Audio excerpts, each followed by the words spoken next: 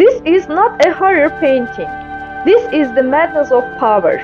Francisco Goya painted this when he was old, and he didn't paint it to be displayed, not for anyone to see.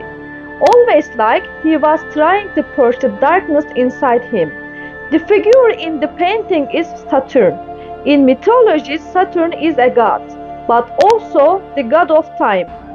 And there is a prophecy: your children will overthrow you. So what does Saturn do? He doesn't just kill them, he eats them. The greatest trait is the person who is terrified of losing their power. End time devours all of us.